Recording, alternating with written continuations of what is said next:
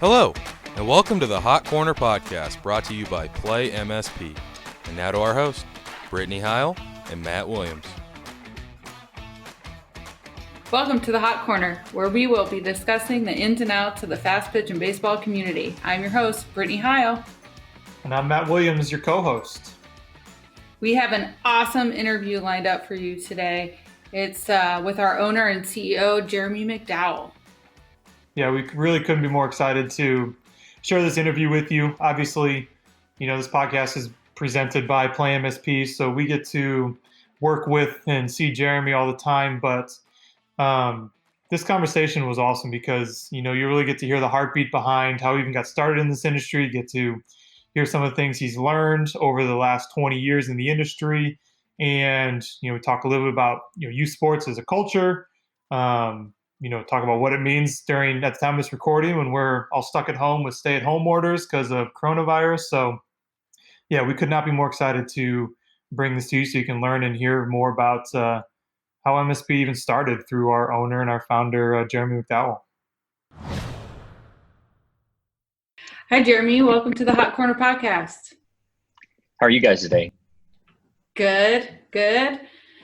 Well, thanks for being here. We're going to try and cover a lot. And so let's go ahead and get started and start with where you're from and how you got started in youth sports. Yeah, so I have, I thought about that question, where did I get started? I think the love for youth sports obviously comes from, the day you pick up a basketball or a football, or that day in the driveway playing catch with your dad or mom. And that's no different from my story. I fell in love with the game of baseball at a very young age.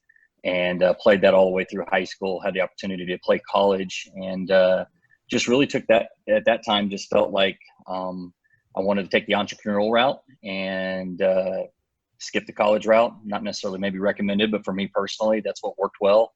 And did the retail entrepreneurial route until about the age of 23, and got a phone call with the opportunity to become a volunteer at the Baser Field of Dreams in Baser, Kansas. And said no about 6 times, and persistence paid off for the board of directors at the time. And in 2001, I became their baseball volunteer director at the Field of Dreams, and then soon became their fast pitch at the same time. So it all really started from an organizational standpoint in 2001 with a volunteer opportunity back at the Field of Dreams. Awesome. I know Field of Dreams well. Grew up playing there. So from Baser, how did you land MSP? Yeah, I spent 6 years at the Field of Dreams. Man, that was some of the best days in youth sports. The opportunities to just see the sport where it was and then where it was going, and obviously where it's at now. But I got the opportunity to rent the facility, if you would, lease it, and from the organization at the time. And I spent every dime that was made there pouring back into the facility from a capital improvement standpoint. We were the largest city in the state of Kansas with no parks and rec department for the city at the time. So besides my role of running the complex, I was also responsible for all the programming of basketball and wrestling and cheerleading and football and baseball, softball, you name it. That kind of all fell on my plate. The way I was able to generate revenue for the facility and my family was off of tournament baseball and softball. So pretty much 16, 18 hours a day, I would spend time from ordering concession stand food to driving the John Deere tractor to, hiring contractors to come out and pour concrete or fix light poles or whatever the case might be. I found myself basically working about 12 hours a day on the facility side and the other 6 hours a day on the event side. But it was the event side that I absolutely loved. And that was the love and the passion of even wanting to spend, many a days, on the weekends, I would spend 48 hours there from Friday night, Friday, 6 a.m., get it there to get prepped for the weekend. And then usually on Sunday, I would not get out of there till about midnight. And honestly, just being a father at the time, married and having 4 kids at the time, work-life balance was tough. And so I felt like there was an opportunity to form MSP. And the story behind forming Midwest Sports Production is kind of unique. I didn't know this in 2007, but I believed in working with people, not against people. And so there was 2 other counties and facilities here in Kansas City that we'd work together on a weekend basis, where if I didn't have a division, I would ship teams to one of those facilities and vice versa. And we formed a friendship. And in 2007, January, I launched this idea to two gentlemen that I founded the company with, Tom Turley and Doug Morrison. Hey, what would it look like if we formed a company that was beyond just a sports complex, but we actually formed a company that would be a one-stop shop for baseball and softball coaches, where they could come and get a large, all their events in one setting. One phone call, one email, and everything at the time in youth sports was so fragmented. What would that look like? And really, it was an idea over a napkin and a restaurant one night that said, "What if?" And then August 2007, we took the "what if" and we dreamed big, and we founded the company in August 2007.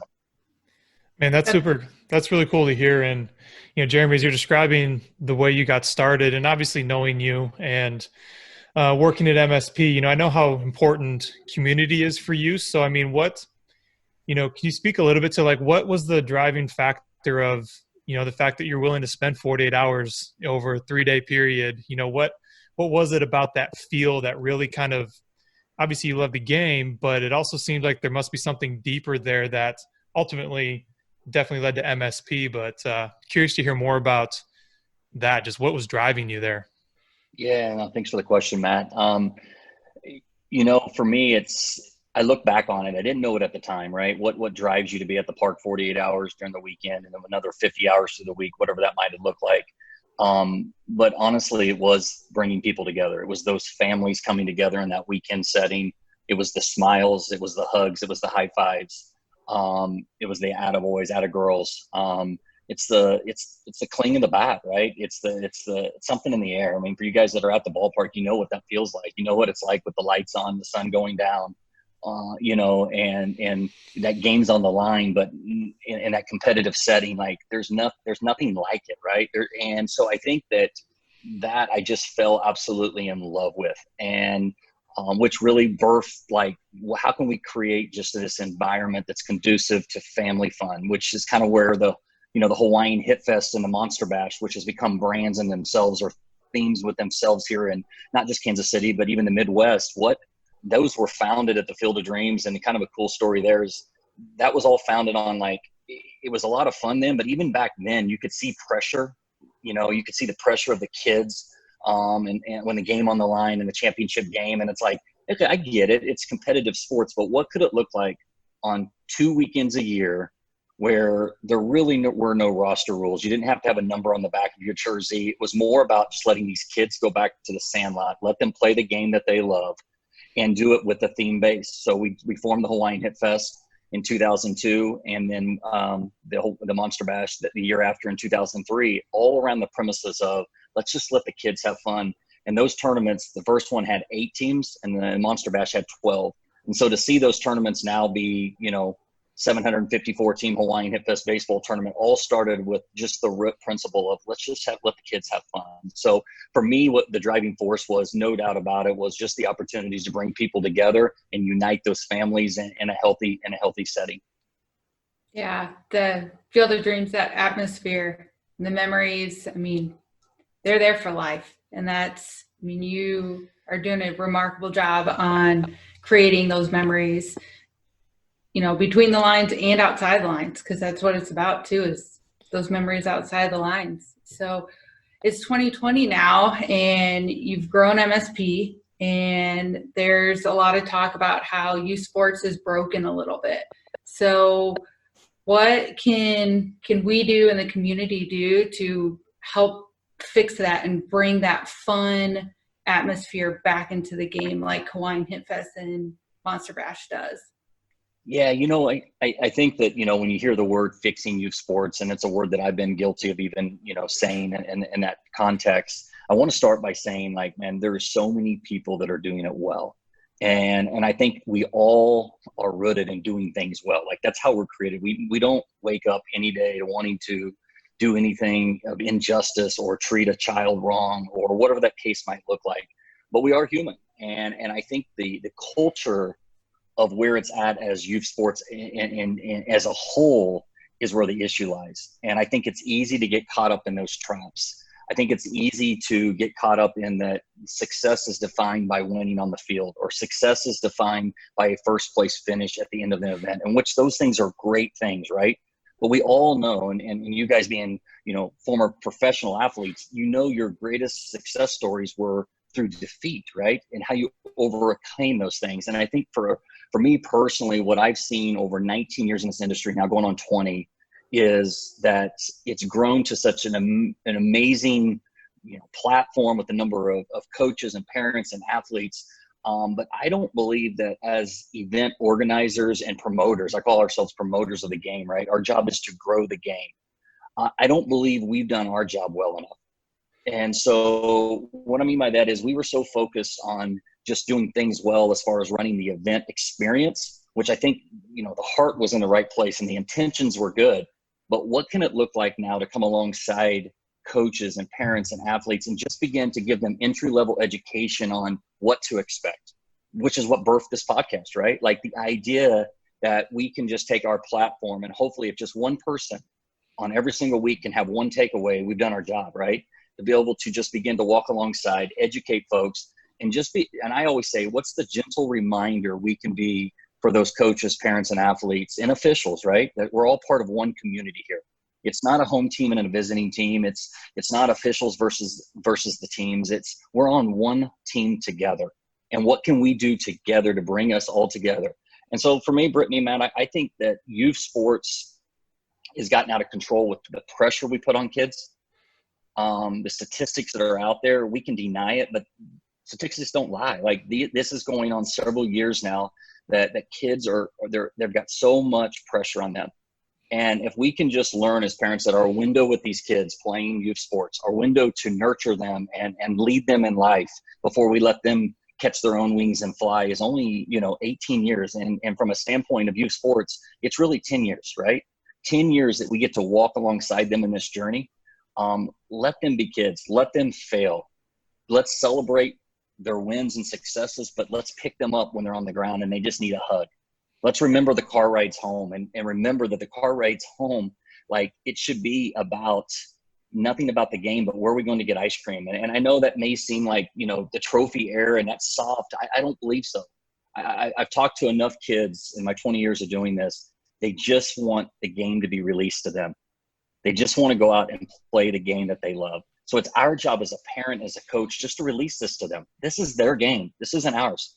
And so for me, I don't believe anyone out there has bad intentions. I just believe as even promoters of the game and like folks like Midwest Sports Productions, we've got to do a better job of walking alongside these coaches, parents, and athletes. And for me, that's the fire in my belly today. I love putting on the events, but the fire that exists, why I want to get out of bed every single day, going on the 20th year in this industry, is to make a difference. And I believe our difference can be made by coming alongside these teams and communities. Man, love the heartbeat, love the just the perspective that you have. It's really cool. I mean, because you've been in the game for almost 20 years, and so that experience that we can all kind of reflect on and say, this is what's going well, this is what has been a struggle, this is what I've seen that was good versus bad. I mean, I just genuinely appreciate you being able to share that with us. And kind of something else that we hear you say and we hear around the office is that we're in the people business, and so I think it kind of dovetails to what you're talking about there. But could you just kind of share a little bit more about what it means that MSP is in the people business? Yeah. Once again, thanks for the question. I do talk about that a lot, and it's been my own personal journey. And I am a man of faith, and I believe that our greatest calling in life is just to love others and just to love people. And I'm guilty as charged that when we got involved in growing the business and we were in survival mode, to be honest with you, where we were, growth was more than we could handle. Our foundation wasn't ready. And we were getting called by a lot of different parks and facilities to run events, and what that looked like, that the heart was never in a bad place. It's just the focal point wasn't necessarily loving people, right? It was honestly at times just to get home and see my wife and see my kids, right? Because the balance of or lack of work-life balance has been a struggle in this industry. I mean, we work Monday through Friday to prepare, and then on the weekends we're not closed down, right? And actually that's when our business is really open. And so it's been a struggle to find that work-life balance. So it's something that I've really worked hard about in my own personal life. And then I think even as an organization to stress that to the employees and our staff, that work-life balance is important. But at the end of the day, if we take away the game, we take away the ball, the bat, the bases, if you really get to look at it, it's coaches, it's parents, it's athletes, and it's officials, and it's our team, right? Those are people, and we get to do life together. Think about that. We don't sell a product, and I'm not, if you do sell products, great, but we get to just walk alongside and love people. And if you really just keep it that simple, man, it really takes a bad day or a rotten day, and it can make it pretty good, right? Because I think behind all of us, we're created to serve others. And if we can just remember that, Buddy Les Norman always says, behind every face, there's a story unfolding. And my own family journey of my own struggles growing up and a child at 17 that attempted suicide, a great athlete, a wrestler, and my daughter who's had some struggles. You go through those things and you realize, man, it's not about a job. It's people. And so I'm driven that way. And so when I talk about just love others and love people, I realize that we're not going to please everybody. I realize we're going to make mistakes, because we do, and we're human, and not everybody's going to agree with their decisions, and an official's going to make an out or a safe call. Think about that. The number of calls on every single game that reflects our brand or what people may think of our brand because that official didn't do the job they thought they should do, or whatever the case might be. If we can boil it all away and get rid of all that and just remember we're in the people business, I just think it makes life that much more enjoyable and makes what we do every day the best job in the world. For sure. Doing life with people, you get to say, remember that umpire that said this or made that call, or the coach that did this and was there for me when I had a bad day. A lot of people that don't have that, I feel bad for, because softball, youth sports it's a small world. And I know through my journey, I could probably name somebody in every state that I know. And it's humbling to have that connection with people. It's great. Now we are in the people business, and right now we're under a stay-at-home order. So how are you personally doing and the team doing with all of this? How are they handling it? Honestly, it's a rough time right now, right? But I believe life's all about perspective. And, when this went down and we knew that we were going to be at a stay-at-home order for quite a while, I came home, spent a night in prayer, and knew I had a team to lead, full-time team. We have a lot of seasonal staff, officials, and then we have all our softball, baseball community. And I realized at that point we weren't going to change, the stay-at-home order. We weren't going to change. We had no control over when we get back on the field. We still don't. But I look at this as an opportunity. And every day I wake up, I see it as a new opportunity. What's an opportunity for us to transition or transform something in the sport world? As a team, how can we come alongside? I love the idea that COVID has caused the launch of this podcast. If we did not have COVID hit, we would not get the opportunity to launch this podcast, because there's a lot of foundational work, and shout out to our producer and Cole and the great stuff that he's done to get us up and going here.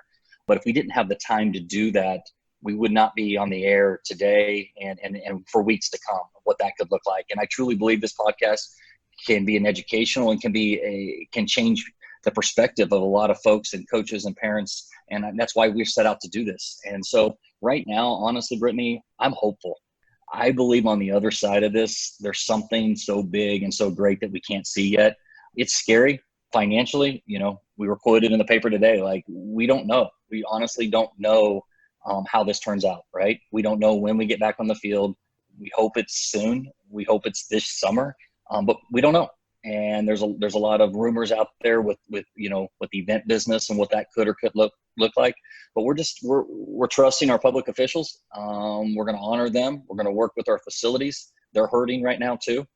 I do think once we do get back out there, I think it's going to be a little bit of a different atmosphere, right? I think that there's going to be this appreciation of man, this thing that we absolutely love to do, just got shelved, right? It's got put up on the shelf. I think in all aspects of life, I think we're all going through that, man. I just appreciate the family dinners. I just appreciate the family walks that we get to have. A lot of great things have happened from this. And I guess I'm just going to live in the optimism role of, man, let's celebrate those times. Mm-hmm. Yeah, people I'm sure are appreciative now, and they're going to be ready to get out onto the field and be even more appreciative of being on the field and out back to normal again. Totally agree. So you mentioned, opportunities during this time. Are you able to give us a little hint at what other opportunities might be building at MSP? Yeah, here in the last 12 to 18 months, we talked about being in the people business. We talked about our tagline is we love bringing people together, right? At the end of the day, our purpose is to instill love and community from generation to generation. And we want to do that by bringing people together. And so some initiatives that's been on the agenda for the last 12 to 18 months have been other verticals or other sports offerings and what that could look like. And we moved into that quicker probably than we anticipated due to COVID, but we're excited about that. We've launched, an initial survey and our esports community and what that could look like to come alongside our community. These kids are all playing video games and in the esports side of the arena. We've partnered with a great not-for-profit in Varsity Esports Foundation out of Kansas City here, and a couple other great partners that we're locking arms with to be able to just offer some different type of unique esports leagues and tournaments to where we could even be running some, sitting at home running some stuff, but then even bringing the championship to our venues and those types of offerings. So we're excited about that. A lot more to come there. And here recently been one of the fastest growing sport in the United States is pickleball. And so it is very driven on the adult side, but it is penetrating the youth side at a very fast pace right now. And so we are very excited about iPickle Nation that will be launching here in the next 2 to 3 weeks. And so we'll be looking for that. And we love that because it's the idea that families can come together and play that. They can play that in a league. They can play that at tournaments. They can play that socially. Obviously, we have great venues like Chicken and Pickle down there in North Kansas City, but we're also going to be offering different type of offerings like father-daughter competitions with tournaments and mother-sons and father-sons. And so we're just excited about just taking a great growing sport already and actually just putting a little bit of Play MSP love and a little Play MSP twist to it. So excited about where that's going. I mean, obviously we get to work together, but, just every time we get to talk about what we're doing, why we're doing it, it's encouraging. But I also just want to mention here, on the podcast that just appreciate the fact that there's still hope. It's crazy right now. We're a youth sports event company that can't run youth sports events, but everybody's sitting at home, and just the fact that there's still hope on the other side of this. I don't know when that's coming. So there's a lot of still uncertainty, and there's some fears and things that can come with that. But, even in this conversation right now, I just come away with the fact that there's still a hope-filled perspective that as wild as this has been, that when we come out on the other side of this, there's still going to be kids that want to play youth sports. There's still going to be families that want to come together around the power and the beauty of sports. And what I hear you saying, Jeremy, is just that, we're going to be able to come through this and come out on the other end together. Yeah. One of our core values, guys, we talk about all the time is we are better together, and truly believe that. I believe we're getting to live that out. We've all learned to live on many hours of Zoom calls a day now. There's no doubt that the lack of physical connection that we can have in a room with people is something that I think we're all longing for, but we all still have the ability to connect with people, right? And so even coaches, my challenge to you and what I would ask is, and I know you guys are already doing it, you can see the viral videos and things like that, but just because you're not on the field doesn't mean that you still cannot connect with your players and your families and your community. We look at it as a team, as a community, right? You've got a coach, you've got 2 or 3 coaches, you've got 12 or 13 athletes, you've got those parents. That's 40 to 50 people that get to do life together, right? So still do life. I love seeing the teams getting together, doing the Zoom calls, doing the Zoom dinners right now, lunches. And so I'm actually seeing that the bonding is probably even getting closer, right? Because the off the field stuff is way more impactful and way more meaningful than anything you can do on the field. You can be the best drills and tips and skills type of coach out there, but I believe we're all, as leaders of teams and leaders of people, we are called to connect with our family, and your family being that team. So I'm seeing you guys do that. I'm your biggest champion and advocate, so keep on doing that. And definitely cannot wait to see all our communities, our coaches, our families, and our athletes and officials back at the ballpark very, very soon. We can't either. Thank you so much, Jeremy.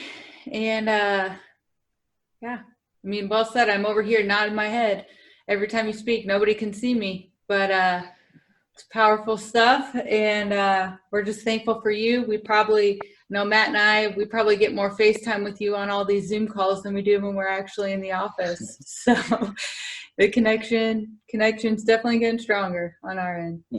Well, I want to do a quick shout out to both, Matt and Brittany. For you guys both to be in professional careers and to have this longing desire to, obviously play the game at the very highest level that you guys can play the game. But then to come back and go after your professional career and be very successful where you were at, but then to be able to capture a mission and a purpose to be able to come alongside our organization and be able to do that and make the impact that you guys are making.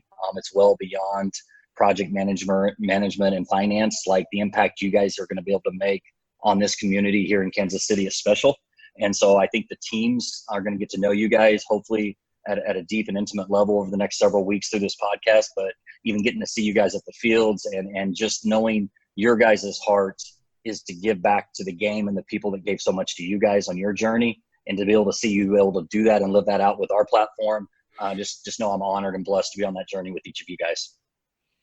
Well, we appreciate you, Jeremy, very much. Appreciate your leadership. Appreciate everything about you, and really thanks for sharing more of your story with through this platform. Obviously, we get to hear it. We're excited to be working at MSP, but we're also super excited to share just the insight and the perspective and just the story behind how this even came to be. Appreciate it, guys. You guys have a great day. Thanks. You too. And that's a wrap. Thank you to our producer, Cole, our MSP staff for their support, and most importantly, thank you, the listener, for tuning in. If you haven't already, you can subscribe and get updates to this podcast every time we release a new episode, anywhere you listen to podcasts. So if you want that new episode delivered right to you, go ahead and hit that subscribe button in whatever podcast platform you prefer. And also, don't forget to follow us on Twitter and Instagram. Our handle is @HotCorner_pod. It's @HotCorner_pod, P-O-D. We'd love to hear from you with feedback, with questions, with really anything, any way that we can connect with you through social media in addition to this podcast. And until next time, remember that we are better together, and we'll talk to you next week.